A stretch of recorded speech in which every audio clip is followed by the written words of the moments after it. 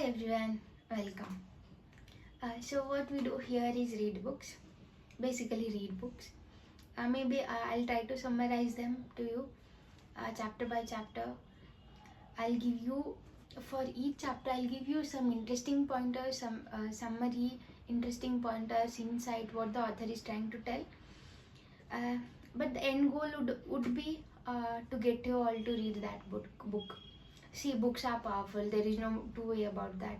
Books are important. We used to read, like most people who are knowledgeable reads books. Books are important. Uh, there is no debate only. So I'll be giving you pointers. But if you see a PPT and there are 4 points, maybe you will remember at that moment, but you won't be able to remember it for the long time. Maybe you won't be applying those to your life. But when you hear the full story and you read it in long form, then those like go into your memory for a long time, and there is a chance of those applying in your real life. So I like all of you to go and pick that book and read again, or if you have stopped, read again. If you have not started, or if you have lost the reading habit, please go and pick that up again. So today the series will be starting with this book, Psychology of Money. So the word money comes. So the author is Morgan Housel. He is a good author, great author, I guess. I took some points from this book which are helpful. You'll understand more about this when we go next chapters. He has done some podcasts also. If you can go and check them out, also. Money is important. Everybody knows money is important. Everyday life runs around money. We hard work. Everybody works hard for money. We all have knowledge about money. We all know that we should save. We all know at the end of the month we should have some money left for future, some emergency kind of things.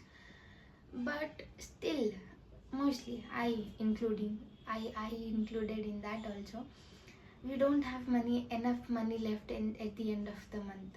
For any emergency, we still ask for our friends, family, even though we all have knowledge. So that is the basic question that this author also asks. Why? We all have knowledge, but still, why we still not good with the money? So he puts forth some solutions also that we can learn. The basic point that he puts is how well we do with money is less of a knowledge and more of a behavioral pattern. Think about that for a second. It doesn't matter how much knowledge we have. It doesn't matter what we read, how much we read about investment, how much we read about saving, but still at the end the point comes to how we behave. How we behave with the money. How are we in control of our emotions? How do we see money, basically? So that's what he is trying to put here. And he describes money as a soft skill rather than a hard science. He's telling that money, saving money, earning money, becoming wealthy is more kind of a soft skill which you can be learned, rather than it being hard science. It's not like a science you don't understand.